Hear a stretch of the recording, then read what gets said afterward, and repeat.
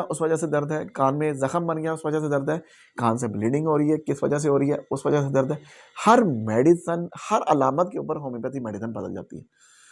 तो आपसे मैं बहरहाल यही करूँगा, आपसे रिक्वेस्ट ही कर सकता हूँ कि यही कह सकता हूँ कि बराए मेहरबानी अपनी खुद से सेल्फ मेडिकेशन करने से परहेज़ करें, डॉक्टर से कंसल्ट करें, डॉक्टर के पास जाएँ, उससे बात करें, उसको अपनी अलामत, अपनी सिम्पटम्स जो हैं उसको दिखाएँ, दिखाने के बाद ही मेडिसिन इस्तेमाल करें। जो बीमारी 2 से 3 दिन में ख़त्म हो सकती है, आप उसको बढ़ा के फिर ऊपर ले जाते हैं। फिर इसके टेस्ट करवाने पड़ते हैं, इसके अंदर की मुकम्मल जाँच करवानी पड़ती है, मुकम्मल पूरे टेस्ट ये साइड्स की सारा वो एक्स-रे होता है। एक्स-रे होने के बाद फिर जाके कहीं जाके बीमारी डायग्नोज़ होती है, डायग्नोज़ करवाने के बाद पता लगता है जी इसमें वर्म थी, इसके पर्दे स्वेल करके थे, इसमें प्रॉब्लम ये आई थी, इसमें एक ख़राश है, इसमें ज़ख़म बन गए हुए हैं, क्या है?